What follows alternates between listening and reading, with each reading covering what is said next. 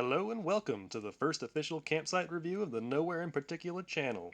I'm John, here with my wife Becca, and we've sold everything we own to travel the country in our 33-foot travel trailer with our 3 cats.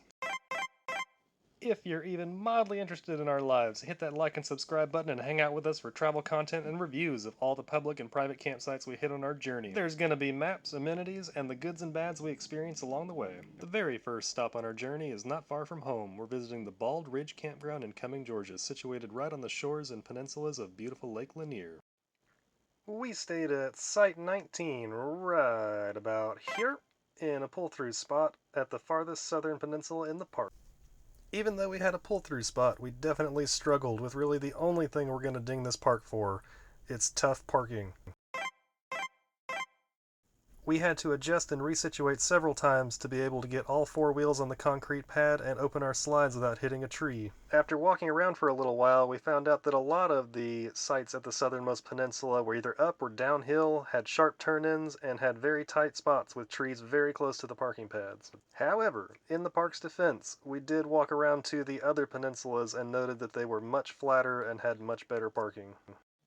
Anyway, once you've apologized to the things you said to each other while parking, you're struck by 360-degree views of beautiful sparkling clear water and the Lake Lanier Islands in front of you. There's also plenty to do around camp. We found a perimeter beach trail right next to our campsite with amazing views of the water and islands. There were tons of little beaches and rocky outcroppings to explore, and we got there pretty early in the year, so we really didn't see a soul. The weather in early spring was still a bit cold, so we did not partake in any swimming, but there was even a large sandy man-made beach with a roped-off swimming area with a depth up to 7 feet. The campsite amenities were in excellent condition, and you could tell that the park service took great care of the place. Each RV site had a picnic table, a multi-purpose hook, a fire pit and charcoal grill, 50-amp electrical service, and a standard water spigot.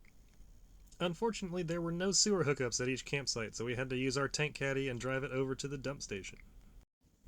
The dump station was in clean working condition and had a tank flush hose as well as a freshwater tank fill hose clearly marked so they would not get mixed up.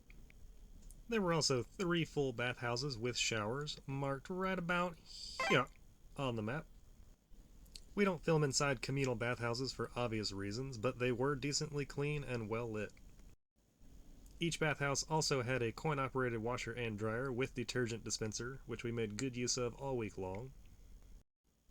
And of course there were 2 dumpsters on site right at the front of the park near the entry station. And finally, at the far side of the camp there was a small boat slip with a walkout pontoon dock for fishing and a small playground for kids. The campsite cost $26 a night, which we found to be in line with most similarly operated government parks, and reservations can be made on recreation.gov and must be paid in advance to hold your spot. Finally, here we go with something that we've been playing around with for our reviews. We are developing a scoring system so that we can rank our favorite campsites out of a possible score of 40 points, with the categories being RV parking, amenities, value, and the difficult to quantify destination score. Due to our difficulties at the outer peninsula, we give the RV parking a 6 out of 10, but much of the park did have an easier time with parking, so we did take that into account. Amenities for a government-operated park were pretty standard, but they were very well maintained and clean, so we gave them a 7 out of 10. The value score is again very standard for a government-operated park. At only $26 a night, we give it a very solid 8 out of 10 for your money. And finally, the destination score. Destination is that intangible fun and beauty value, which Lake Lanier has plenty of. We are early in our journey, but we are incredibly impressed by the natural beauty of the area and gave it a very solid 9 out of 10. Which leaves Bald Ridge Campground with a final nowhere in particular score of 30 out of a possible 40 points. Not too bad, and a beautiful spot to take yourself and your family. That's all for now, and don't forget to like and subscribe for more travel content and reviews.